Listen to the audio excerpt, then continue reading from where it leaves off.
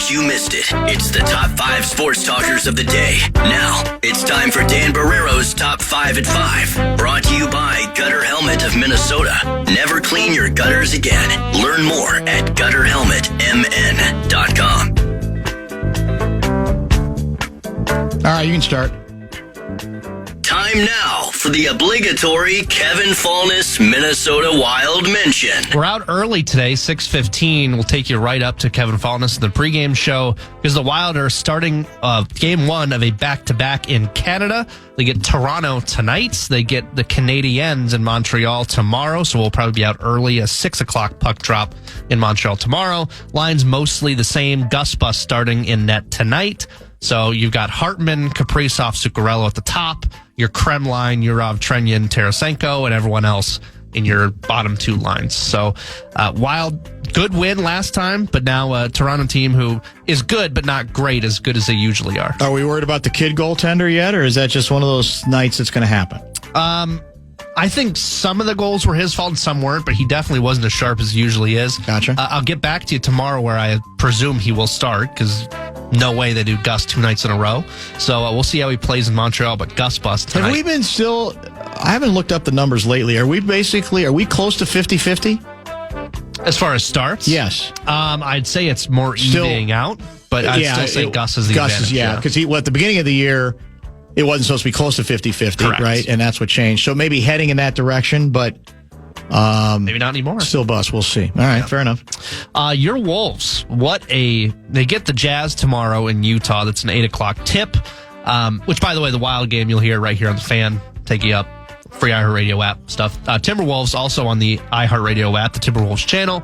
Jazz tomorrow, 8 p.m. tip. Last game, though, in San Antonio, I mean, what else does Ant have to do? He puts up 55 points, not enough to beat the Spurs. 126-123 is your final. Is there a level of concern that's not enough to get the job done? No, because they played so poorly the first half, and Rudy did not play, and Naz Reid, I think, lasted about 5 minutes. I'm not interested in giving them an excuse for being down. I think they were down 25 at the half, and I'm not a big moral victory fan guy. I think what everybody's trying to figure out is whether that performance by Edwards, albeit in a losing effort, is a further indication that, coupled with some of the interesting analytic stats that Johnny offered up to us earlier regarding clutch time production, that he is making a jump even beyond last season that might indicate he's no longer a top 10 player in the league, but might be closer to a top 5 player, which would put him in a different place and potentially put this team in a different place as well. I think that's what we're all trying to figure out. And what is undeniable is that in the clutch time, the last 5 minutes of games and OT, his production the last few years was not as good as his overall reputation as an ascending star. But all the numbers have gone up considerably this year.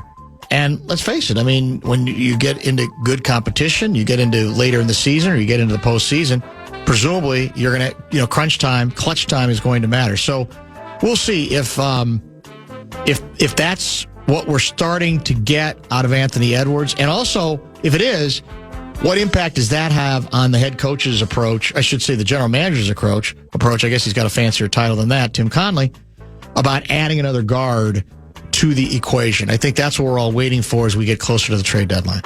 Speaking of Anthony Edwards, there's been 2 snubs to the All-Star starters list. One is Ant, which obviously is the biggest news here and probably the biggest snub. But the other one is LeBron, who people online who just love LeBron and always have are upset. This is the first time he wasn't voted as an All-Star starter since 2003-2004. I was in elementary school. The starting lineups that year, AI for the East, Allen Iverson, Tracy McGrady, Vince Carter, Jermaine O'Neal, Ben Wallace. In the West, Steve Francis, Kobe, KG, Tim Duncan, and Yao Ming. Wow. That's the last time that LeBron was not voted as an All-Star starter.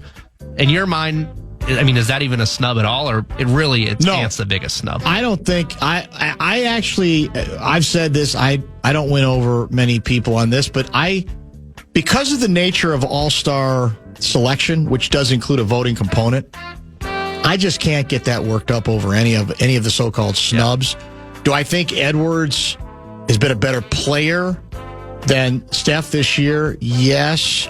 Do I understand the way fans vote and that Steph is one of those guys who's always going to be incredibly popular? Yes. LeBron's case, maybe it's fatigue. He's not playing quite as well, or his team is kind of up and down. But I think as long as you make voting part of it, no matter what the sport is, I just can't get that, worked up over it, quite frankly. I just don't think it's worthy once you know that. I mean, how many examples do we have in every sport where where fan voting is a part of it? Have we seen players that make absolutely no sense being at the top or close to the top of the list? They're picked because they're well-known names and people just like those same faces all the time. So, I know there's some more Wolves rubes who are hoping that, Ant's going to use this, it's going to piss him off and he's going to use this and he's going to go to even to another level, a la the Michael Jordan slights. I don't think Edwards is wired that way. I think there's other things more likely to annoy him than this. If it does, probably all the better for the Wolves. My position on All-Star games the entire weekend, the selection process that goes into it is pretty well established. I just don't think any of it's worth all that much trouble. And believe me, there's very few people who get themselves worked up over nothing than I can. But this is a nothing I can't get myself that worked up over. Yeah, one of my best buddies is a huge baseball guy, and back when the MLB All-Star Game actually decided home field advantage. Yes. He is a huge Cardinals fan. He would always intentionally vote for the worst AL players he could possibly find. Strategy, eh? Yeah, to try to get the NL advantage. That's second and third level right there. Exactly. So, which just goes to show that the fan voting is, you take all you can from it. There's not much there. And I'm not somebody who says they shouldn't be in on the voting. Yeah. But I am also somebody who says, well, if they're going to be in on the voting, then it's not ever going to be viewed strictly as merit. It's popularity. And sometimes somebody just had I retweeted it, viral video of Steph, a fan he has helping him bounce a ball to set him up on a dunk under the basket during pregame. He's just incredibly likable. And I give him credit for how approachable he's been, how much he seems to understand beyond what he does in the court, that people gravitate towards him. They want to, interact with him. And the fact that he's always been really mature about that, I think is to his credit. I think it says a lot about him. But that also then enters into, the fact that it's not strictly done on merit. By the way, is Fireball the same as Pitbull? Who's this entertaining right now? Is this Fireball or Pitbull? I'm all confused. I think the song is Fireball. Oh, the song is Fireball by Pitbull. Is that the original Pitbull? I think so. He's still moving pretty good. Fireball. Yeah. Just saying. We'll talk about that game in a little bit. Before we get to that, 9 NFL coaching openings became 10 when Sean McDermott was fired. Wow. It's the thing about that, too, not to bring it to my club, but there was a lot of criticism when Packer fans were calling for the head of LaFleur, because look at the success and look at his record. Correct. And, yes. We get to the playoffs, but you lose every time. And it's like, well, how could you possibly? Well, the Bills did it. They went out, and we love that we make the playoffs every year. That's not good enough when we've got a franchise quarterback. So they get rid of McDermott. So we've got a live analog of who was right with the Packers doubling down. That's the true. Bills That's firing. It's a good litmus test. Yeah, you're exactly right. Exactly. Jeff Hafley, though, the Packers DC, he goes to Miami. So there's 10 openings, and now it's 7 with Hafley. 3 filled. 3 are filled out of the 10. The remaining jobs, the Bills, the Ravens, the Steelers, Browns, Titans, Raiders, Cardinals. There's like 3 or 4 of those teams that I don't know how anyone would want to go to there. Yeah. Desperation. You're DOA on like half of them. But Bills, Ravens, even Steelers are pretty appealing.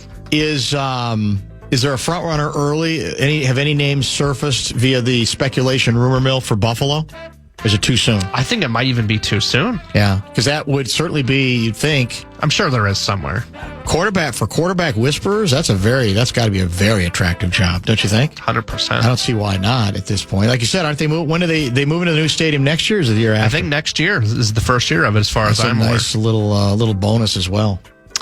Your you're just fired up for this. You're going to run out of the station to get there. The national championship game tonight, Miami against the home team, Indiana, even though it's in Miami.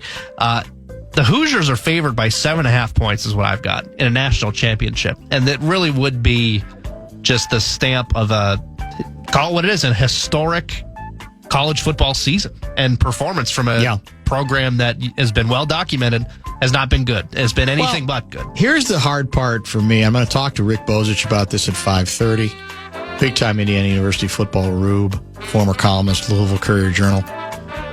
Has it been... Are they, to a certain extent, is how we're going to follow this story tonight directly related to how dominant Indiana has been in a way that when the playoffs began, I don't think anybody expected. I mean, Indiana had a great regular season, dominant at times, but there was still a feeling of, okay, well, there's some really good teams that are going to be playing here, and I don't think anybody thought they were going to routinely destroy their competition. So does all that set up for they have no choice but to win it? In other words, if they don't win it today, I mean, is it going to be viewed as, well, it's a failure?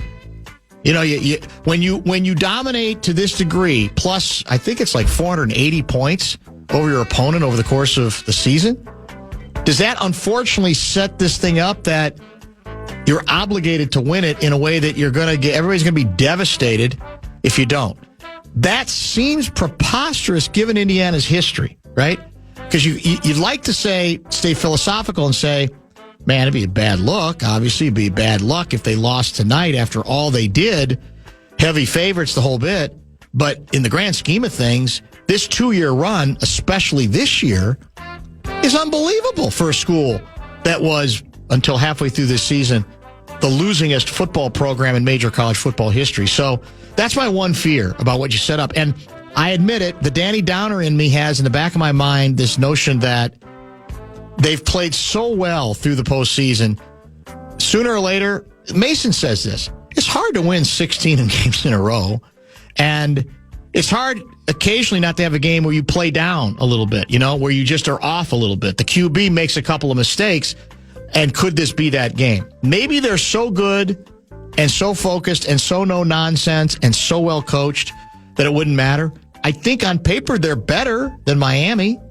Miami, I thought, was the last team into the field, but that's what's lurking now is you build it up to such a degree that nobody would have thought it possible, that now it's got to be more a relief if you win it rather than exultation that you won it. There you have it. Perfect. As I said, Bozich in about 15 minutes. We'll get to a couple of other texts and who knows what else between now and our discussion on college football and the championship game tonight, which I will not be on the Fan, correct? I don't think we have. Wild hockey. And even on our sister stations, I don't think we have the national championship game. But we'll double check that and prepare for much more when we come back in just a minute. The Fan welcomes some great shows at Mystic Lake Amphitheater. Leonard Skinner and Foreigner will be there August 16th. Motley Crue, August 21st. You get all the details on all of our upcoming shows on the concert page, KFAN.com. Keyword calendar, KFAN.com, keyword calendar.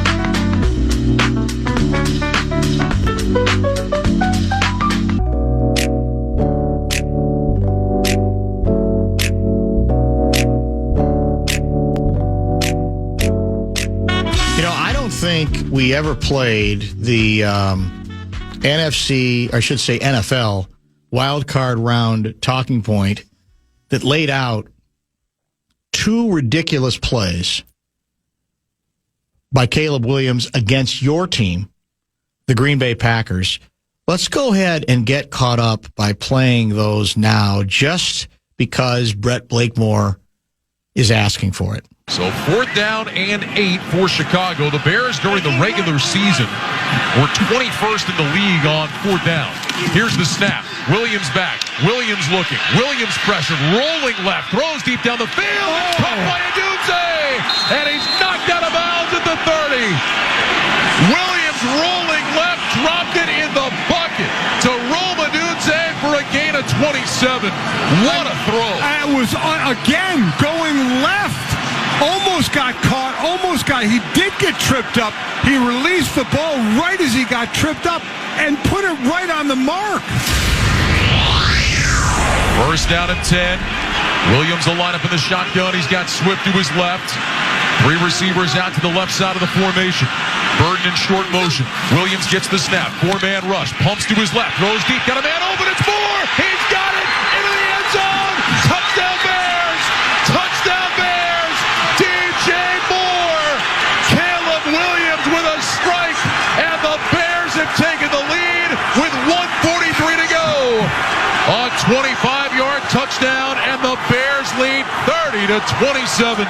Okay, that was, there were 2, especially the 4th down play, that was astounding in its, I guess, demonstration of just how good Caleb Williams can be and how dangerous Cardiac Caleb can be at a given moment. The assumption was that he might play another 10 years and not make a throw as impressive as that 4th down throw. A week later, last night, he made a throw that had everybody forgetting about the 4th down throw against you guys. And I still am stunned thinking about it, given that, he backpedaled a good 15, 20 yards. It ends up being effectively a 50-yard pass where he's moving left, moving right, he's on his heels, he's about to go down, and it looks like he's just throwing up a Hail Mary. And yet, he threw it perfectly, softly, and gave his tight end a chance to make what, in the end, looked like a pretty routine catch. And by doing so, he brings the Bears within a single point of the Rams. Final seconds.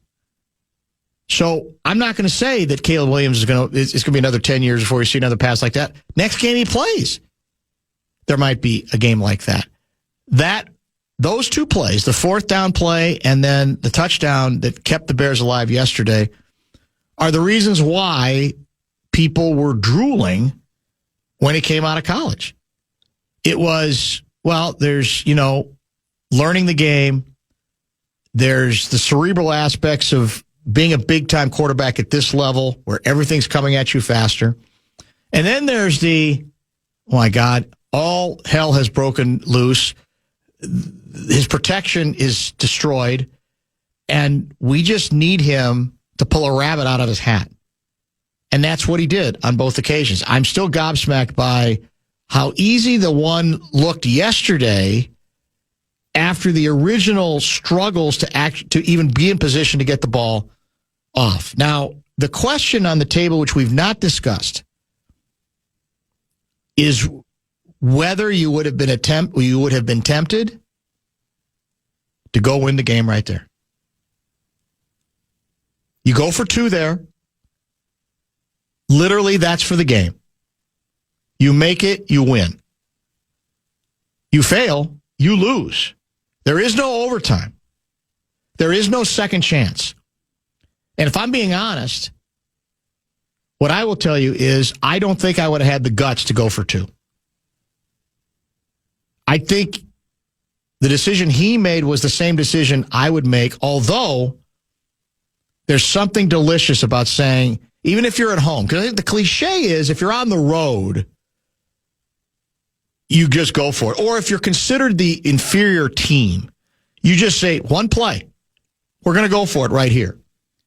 The Bears did not look like the inferior team yesterday, especially defensively. Surprisingly, it's probably the best defense they played all year. They're at home. And it worked out in overtime exactly how you want it to work. If you win the toss, the bid in OT in the postseason is you absolutely defer, or I should say you kick. You let them have the ball. Then you know exactly what you need.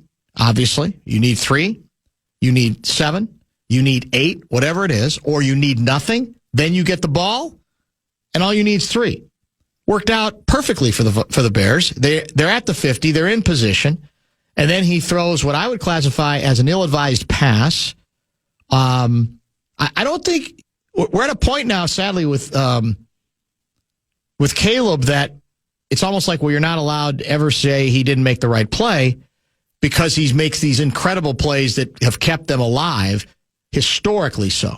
And I'd still say, no, I looked at that throw. I was telling Common before the show. It may well be the receiver screwed up, DJ Moore, but here's what I'll say. For me, that looked like a play you make if you're losing and you have no choice. You have to keep moving the ball downfield in position for a touchdown. If you're winning that game, that looks too much like an iffy 50-50. Will I read it the same way the receiver reads it? Not necessary. We're moving down the field slowly. That's all we need to do. There's no time constraint. OT in the postseason goes on as long as it takes for somebody to win the game. So that was my issue there. But I don't know if the head coach was asked about it after the game. How dramatic would it have been if they said, we're going for it right here? Now, my gut tells me that part of the reason he didn't is because there wasn't much reason for him to have much faith in the ground game. If his team, I think, was running better throughout that game, as a guy who obviously is clearly not afraid to run it for a 2-point conversion, my gut says he might have been more inclined to say, let's just go and win the game right now. If you're blowing people off the line of scrimmage. But the Bears did not do that much of the night in their running game. How exciting would that have been? That would have been something. What did you think? Would you, in that position, would you give any thought to going for 2 right there and just ending it? Well, that's the old cliche as well. We've got 2 yards to win this game. Yeah. And that's it. I thought watching it, for sure they were going for it before they started running out the field goal unit, just because it's Ben Johnson. And that's what he does, as he goes for it on 4th down in risky situations. I was stunned when they kicked the field goal and went to overtime. I have to consider it because it's ball game at that point. It's over. So, but they go to overtime and then it's kind of a crapshoot and you end up losing. So, it was a big relief in my household. I'll tell you that they did not go the whole way because more than Schadenfreude leader, just oh boy, we don't have to hear NFC Championship game for the Bears. Yeah. So yeah. I would have highly considered going for it there. It would have added an incredible element of drama to already almost historic drama. I mean, you had Chris Collinsworth saying, "I've never seen a play like that. I've been watching this for decades. Obviously, I've never seen anything quite like this." Here's the other underrated aspect of that play: is he didn't get sacked. Obviously, there've been a lot of elusive quarterbacks who are good at avoiding the sack. But I'm not sure anybody is better than he is. I think he's deceptively strong, and he's got great balance for a quarterback. And that's, to me, the hidden story of his growth this season. He hasn't been sacked as much.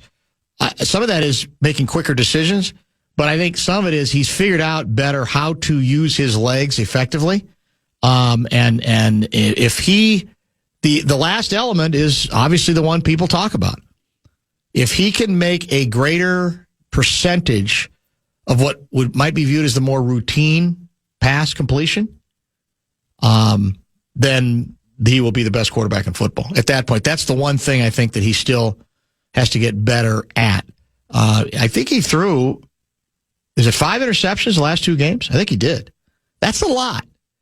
Now, if you win, people tend to forget that stuff. If you lose it, it ends up being a bit of an issue. But in the end, they did lose the game.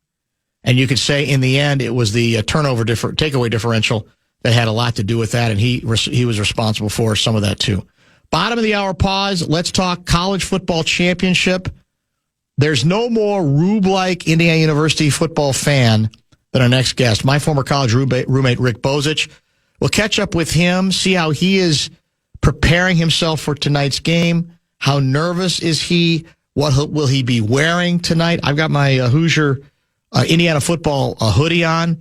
We'll find out what he's going to wear, and we'll find out how confident he might be tonight. Who knows? We may even talk a little bit of baseball, too, as well. Mr. Rick Bozich is next. Wild fans, this is your season. You can experience the energy, the goals, the unforgettable moments at Grand Casino Arena. Get your tickets now, wild.com/tickets to cheer on the Wild this season, wild.com/tickets.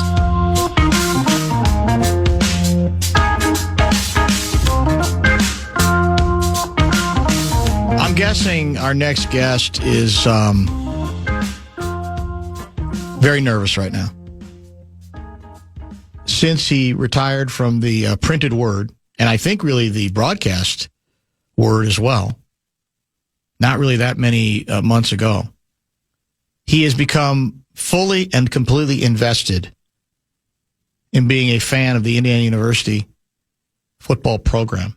He has been rewarded by a season that even after last year could not possibly, I think, have been predicted, and an opportunity tonight to celebrate a national college football championship. Rick Bozich, frequent guest on this show over the years, my college roommate, going all the way back to the time when we lived in, I think they were called Stadium Village apartments. He'll know, he's got a better memory than me, literally right next door to Memorial Stadium. And Ricky, I mentioned earlier in the show, I think when we were living there right next to Memorial Stadium, we thought of that stadium more as a big edifice around which you could jog very efficiently, as opposed to a place where football was played, right? I don't even think we thought of the football stadium for the football, did we? You're exactly. It was Dunhill Apartments. Dunhill, that's right. That's right. And you jogged. I didn't jog. I rode my bike. Okay. Yeah, you were into jogging that summer. That's true. And you'd go over to the stadium and run around the stadium all the time. And we had both been around a little bit and gone to some games, and it was like the least inspired football stadium in the Big Ten because it was open on both ends. Yes. And Coach Corso was early in his career there. Yep. And, the thought of Indiana having a 500 season was outrageous. I was in Indianapolis last week, talking to Jimmy Cruz, who was on the 76 Indiana championship team, and Steve Downing was there, and a couple of other guys. And I looked it up. The 4 years I was at Indiana, they won a total of 11 football games. This team's going for its 16th win tonight. 11 games in 4 years. And I know IU grads from pretty much every era. And other than the Mallory years when they were, maybe winning 8 or 9 games, every Indiana grad can say that. Well, what's interesting about this is, okay, you're speaking in the Minnesota market, and, football post the early 1960s has been pretty bad most of the time, with a couple of exceptions. But it has been nowhere near as putrid and inept as Indiana football has tended to be. People here don't believe it, but that's because they don't pay as much attention to it. But that's why I think for a lot of people, there's still a dreamlike quality to this whole thing, that it's hard to make it feel real, even as you watch these games, even as you watch them mow people over, because it really felt very much like the fantasy that, it's just not going to happen. It's just one of those places where it's just never going to happen, right? Nothing's going to happen there. They're going to have they got to have football, and there's going to be a football stadium, and there'll be a few people in the stands on a nice day, but you just sort of have to accept that they are what they are, right? That was the mentality for forever. Yeah, I think there are a couple of reasons for that, and I agree 100%. There was never any internal or external pressure to change things. True. Yeah. Pretty much accepted, and and when Knight was in his heyday, as long as he was rolling, I don't think anybody cared. It'd be like once October 15th came and basketball practice started, and back then they'd play preseason exhibitions like at some high school gym in Seymour and get 9,000 people for an IU basketball inter-squad game, and people would already turn the page and quit worrying about football. And it's been that way pretty much forever. 2 years ago, the year before Cignetti took over, Tom Allen was the coach. I think it was the second game of the year. They needed 4 overtimes to beat Akron. I mean, that's 2 years ago. Yeah. I mean, that wasn't stunned. People were like, nobody was surprised by that. Well, here it was life and death to beat Western Kentucky and teams like that. And then, in fact, they had a 3-game series scheduled with Louisville. They played the first game that year in Indianapolis, and Louisville had more fans there. And then they got out of the rest of the series because they needed to schedule a game against somebody that they were more likely to beat. Right. Well, you mentioned Allen. This to me speaks to the cruelty of this. What would seem to be the cruelty of the situation there, right? Because he had this breakthrough season where, by Indiana standards, they were on the map, right? Where people go, oh, my God, that maybe they figured something out here. And then what ultimately happened? They came right back to being what they were with him. And for me, what it cemented was the notion that they just are what they are. Yeah, you might have this cute little eruption for one season, but none of it's sustainable for whatever reason in Indiana. And that's further proof of it. That for a brief period, he was one of the meteoric rise stories in the country, right? And then guess what? Yeah. They went back to being what Indiana is supposed to be.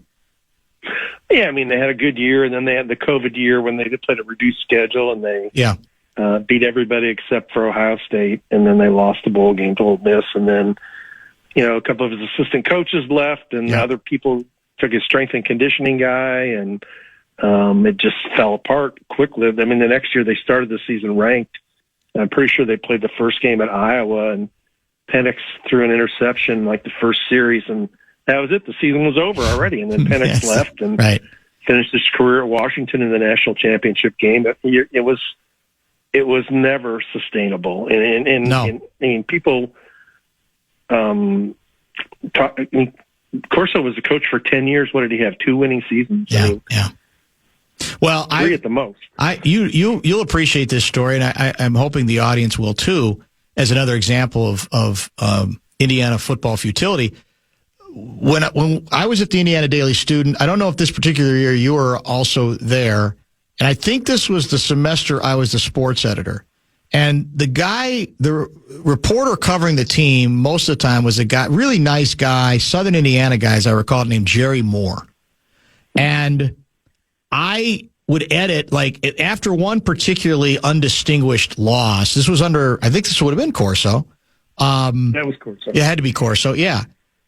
I thought the game story was way too easy on the team and on the coach. And so I edited something that I look back on and say, well, I really shouldn't have done that. But I was so annoyed by how soft the story was that I edited in an ending, something to the effect of, something needs to change and change very quickly. Well, I get, of course, a call from Jerry Moore saying, "What are you doing adding that?" And I tried to defend it. It was a poor case of editing.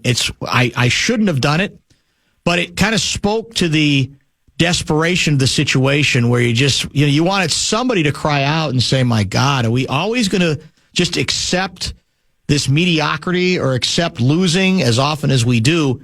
It speaks to all that, and all of it seems like it's from a foreign country or from a distant land on the basis of what we're seeing now. So you know the AD well.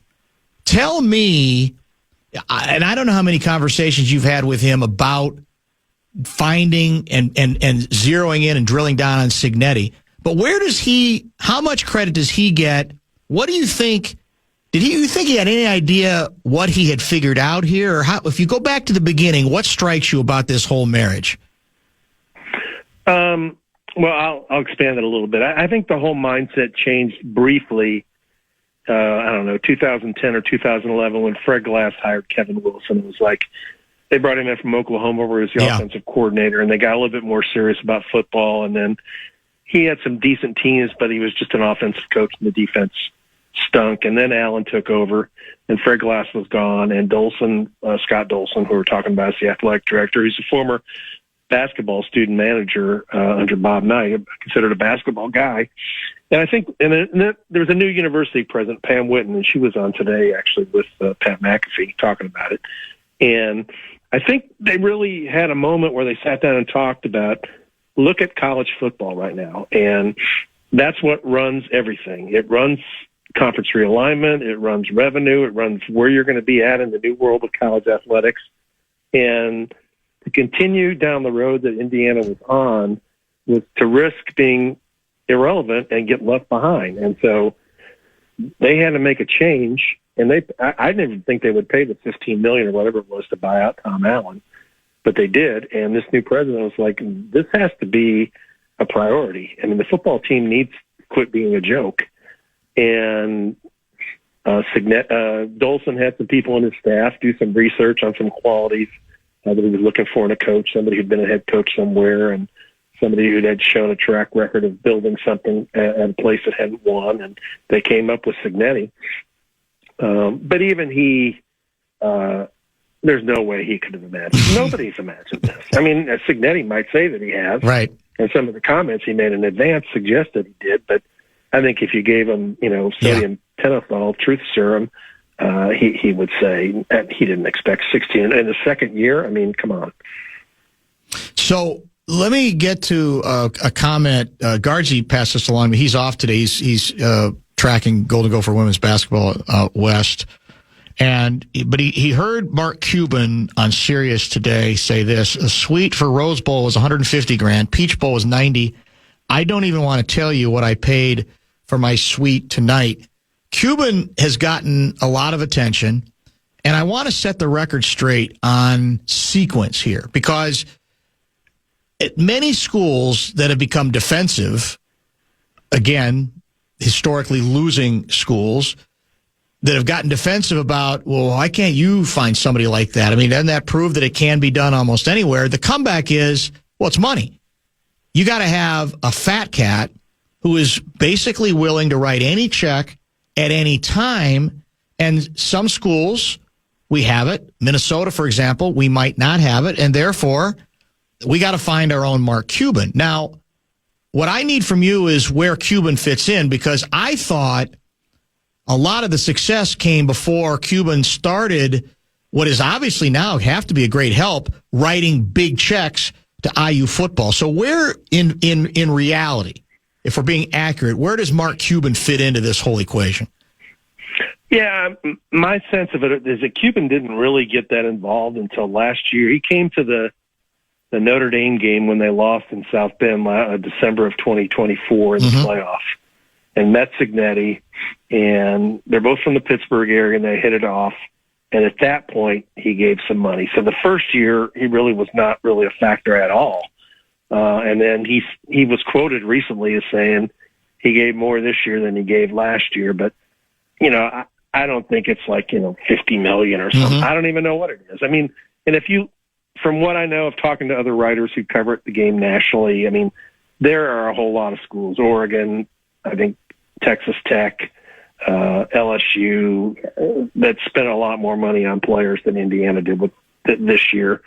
Wall Street Journal reported that Mendoza was getting $2 million, but there's a lot of players who are getting more than that, and I've seen that narrative written that they bought the way of the championship. But if you look at the players they got, nobody ranked them last year as getting like the top 10 portal class. A lot of schools had better portal classes than Indiana. This has been more of a triumph of identifying guys that were overlooked or undervalued by other programs, and guys that would fit their system, guys that were coachable, and guys that they could find ways to maximize in the weight room. And they got a lot of those guys. They really do.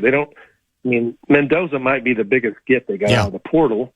But, remember, he was a 2-star recruit in high school who was going to go to Yale, so he went to Cal. It wasn't like they went out. Carson Beck was the big guy you wanted to get to Florida this year, and he's at Miami. Yeah, well, in fact, Glenn Mason, who's with us every week, part of his point was, okay, the money's the money, but he said, this quarterback came from Cal. It's not like he came from so in other words, anybody could have had a shot at him, whatever the case may be, and he wasn't necessarily still viewed as this grand prize, and so you have to give the coaches some credit for either recognizing it or developing something in him as well, or a combination of both.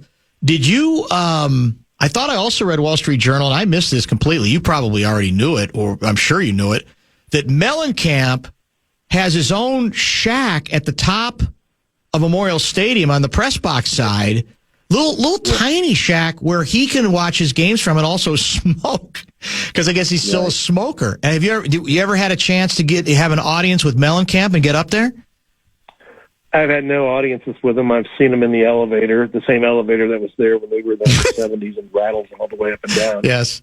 The corridor, the press box.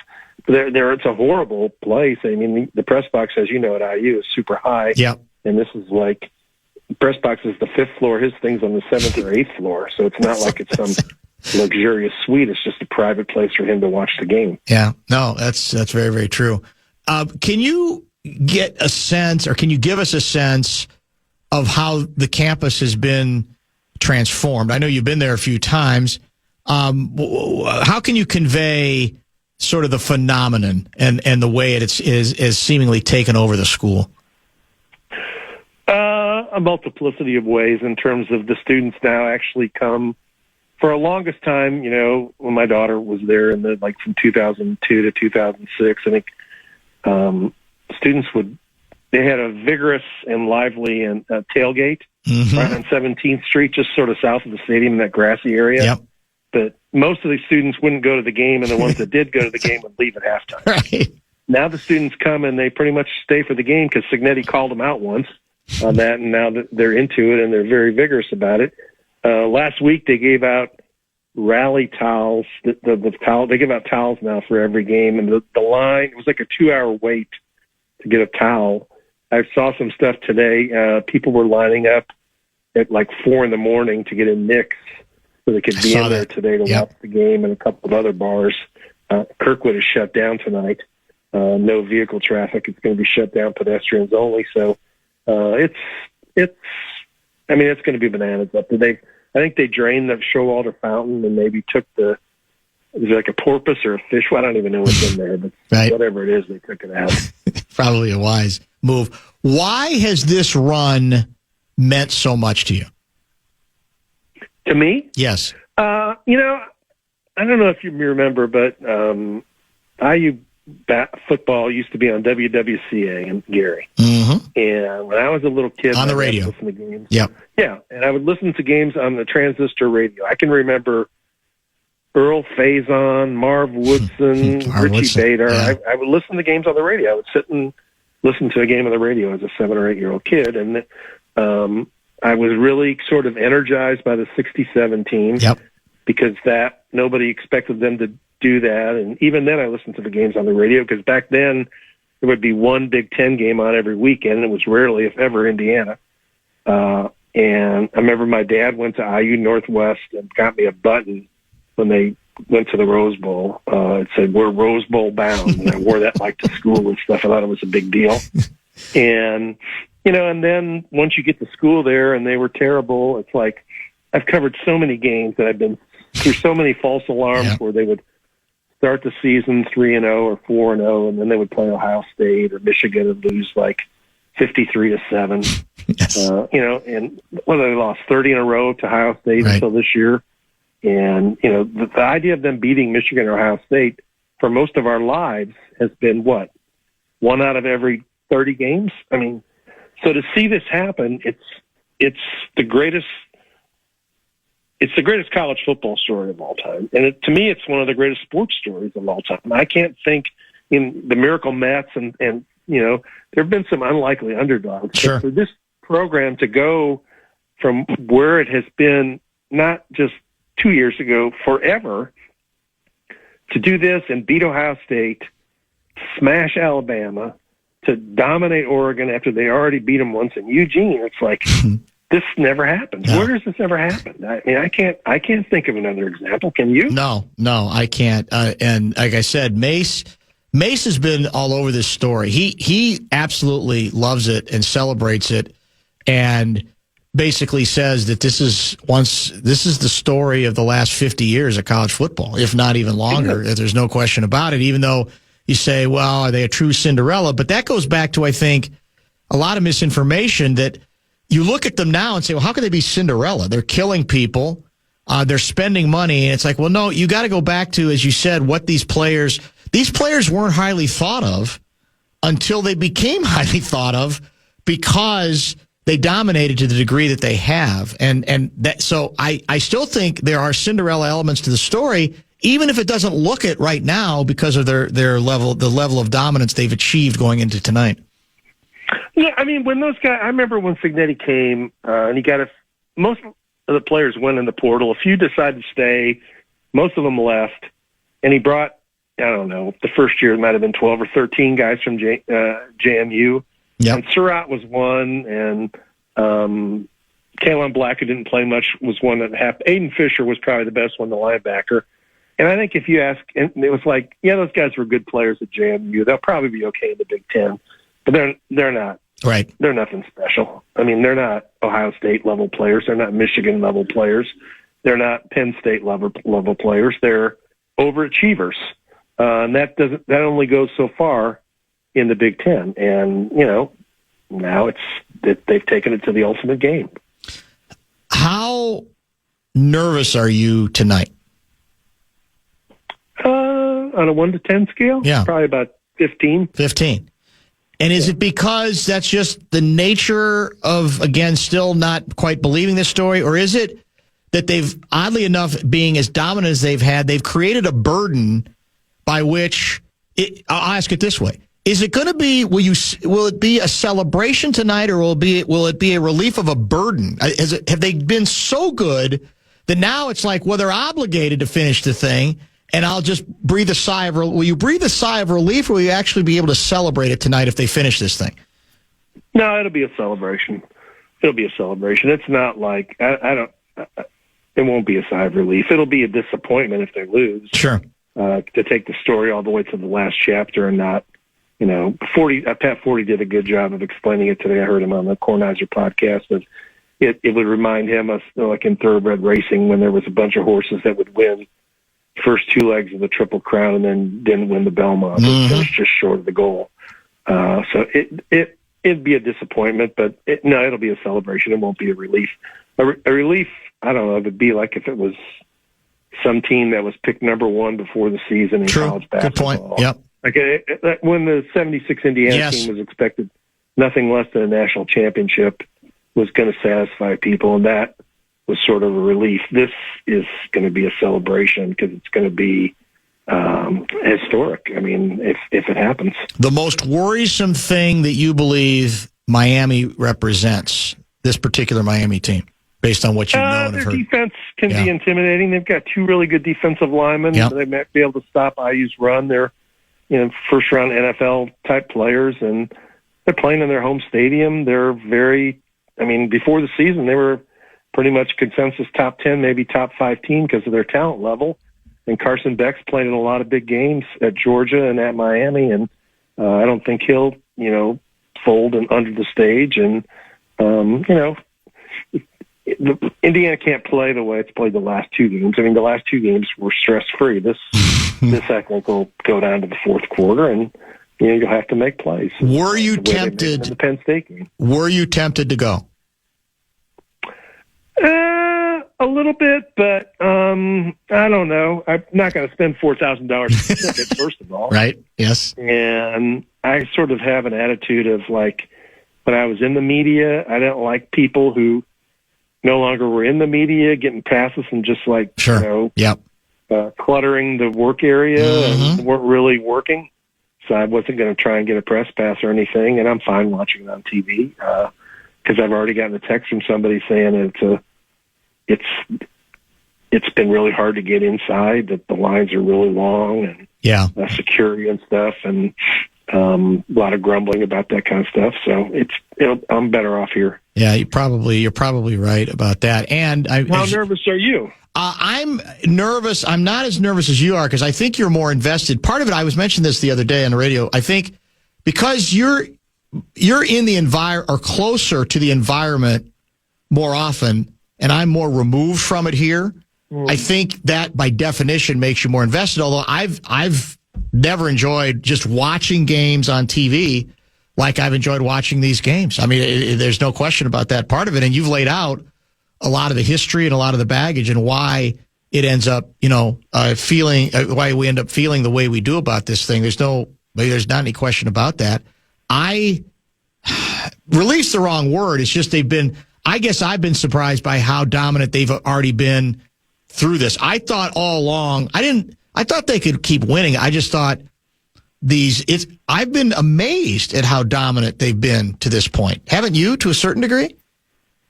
Yeah, the last 2 games have been ridiculous. I mean, no way I would expect them to beat Alabama like that and to beat Oregon the way they did. Those are 2 teams that, Oregon especially before the season, was a pick by some people to win the national championship, and they humiliated them. I mean, it was over at halftime, and that we've never seen. I don't think we've ever seen Indiana ever beat a good team like that. No, ever. No, not steamroll. Not look at in fact, let me read you our friend Patrick Royce. He had just texted me earlier today, but let me get back to here. This was during the Alabama game. Here's what he sent. Dan, watching Indiana be stronger and faster than Alabama blows my mind, and smarter. That's all this is what we're talking about, right? Right. Yeah. And he's been around a long time, obviously. He's going, well, this just doesn't even compute.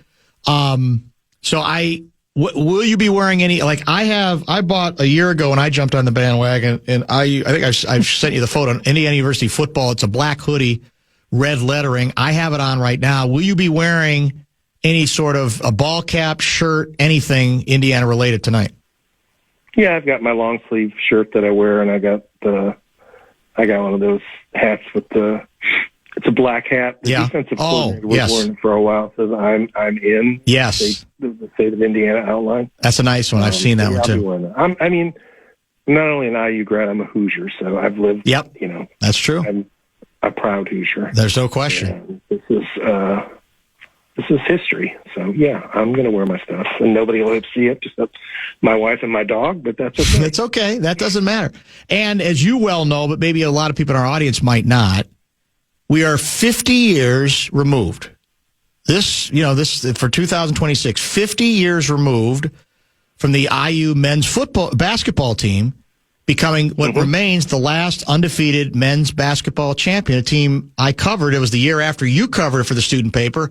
I covered that team, the 32-0 team. So there would be something pretty majestic about having undefeated national championship teams 50 years apart in basketball and football, correct? Yeah. They make it a perfect symmetry to the story. And Cignetti, I think, was asked about Knight yesterday and said that he was a fan. He even liked his shenanigans, is what he called it. Shenanigans? That's a really polite way to put it. Yeah, that's a very benign way to put it. I don't remember Knight, though, ever saying Purdue sucks. No, that's Michigan and Ohio State. That's true. That's a very, very good point. All right, thanks, my friend. I appreciate you. Enjoy tonight, and we will. I'll probably text you tonight. I'm going to go breathe into a paper bag so I don't have to. There you go. Thanks, Ricky. Bye. Rick Bozich, longtime Louisville Courier Journal columnist, IDSer, Indiana Daily student, editor, and writer like me, and former roommate of the host of this program going all the way back to college, decades, well, more like half a century ago. Back to wrap up the show next. It's the Bumper to Bumper Show Wrap. It's brought to you by American Pressure. Good conversation today with John Athletic at 3:30. Some Wolves stuff, some National Football League playoff material, and a very controversial question asked of him that he did ultimately answer towards the end of our segment with Johnny between 3:30 and 4 o'clock. No Ben Lieber this week, but we did have Rick Bozich. Lots of football talk today. Lots of leftover playoff talk.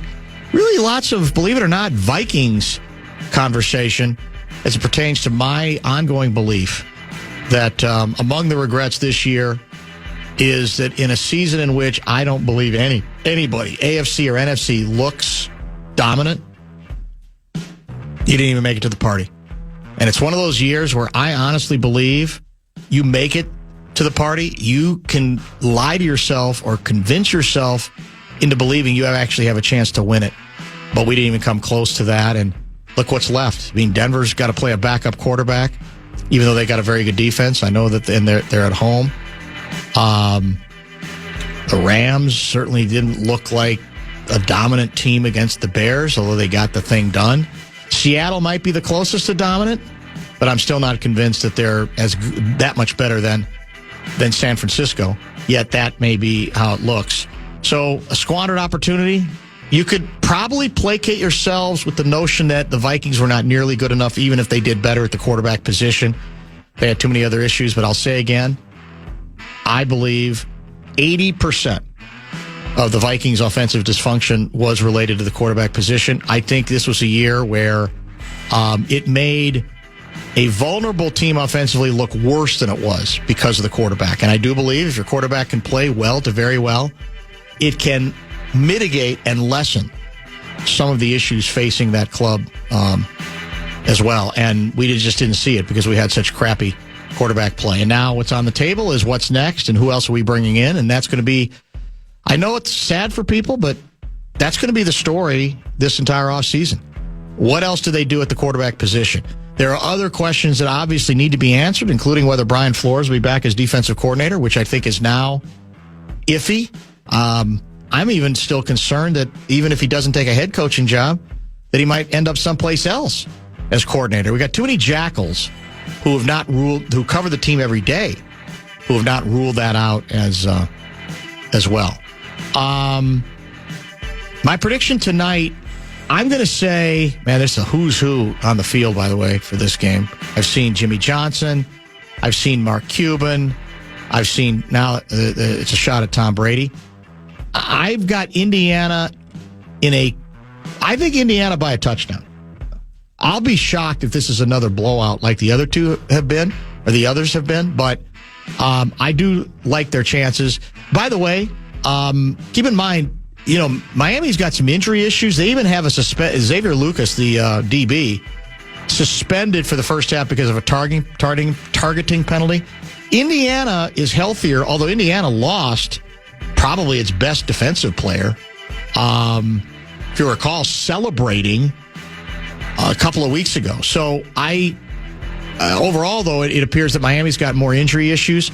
And I just think Indiana has proven they're better than Miami, even though Miami started the season being very good. They're about as complete a team as I've seen. And as I said the other day with, was it Mace? Somebody, they have among great teams I've watched or paid attention to the last 20 years, they might have the lowest doofus factor of a good team I've ever seen. Because even good teams can exhibit stupidity. In fact, they even maybe feel like, well, we're so good we can get away with it. That's one of the things I love about this Cignetti coach team is that there's no nonsense. And even if they're dominant, they don't basically allow that to, give them the license to do stupid things. I don't just mean celebration. I mean stupid penalties. Just dumb plays that don't make any sense, that aren't smart. Very low doofus factor, maybe the lowest I've seen among great teams. So I'm looking forward to it, and I'm sure we will review it tomorrow. Now, I don't think we're going to be able to get Cignetti on the show. It'd be nice, but I don't think that's likely. I don't really have, even with Bozich, I'm not sure that would be workable at this point. Is Guardsy back tomorrow, as far as you know? I think I'm here Tuesday and Wednesday. Oh, I didn't realize that. Yeah, because he's got another West Coast game on Wednesday. Oh, he does. Oh, so he's out early in the week. Okay, and he gave me the list. We're moving some people around middle of the week for sure.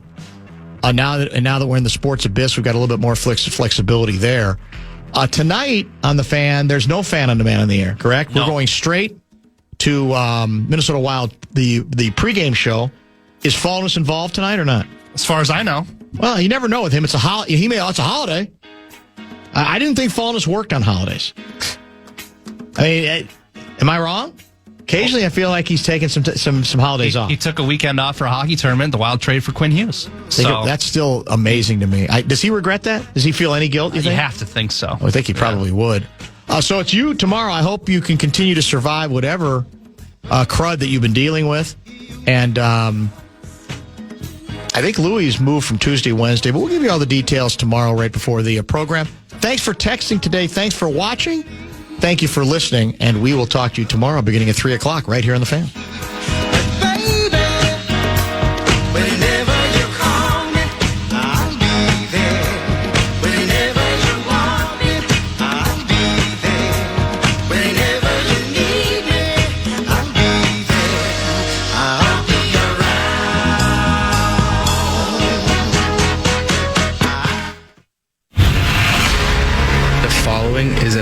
exclusive presentation of the Minnesota Wild, the National Hockey League, and the Minnesota Wild Radio Network.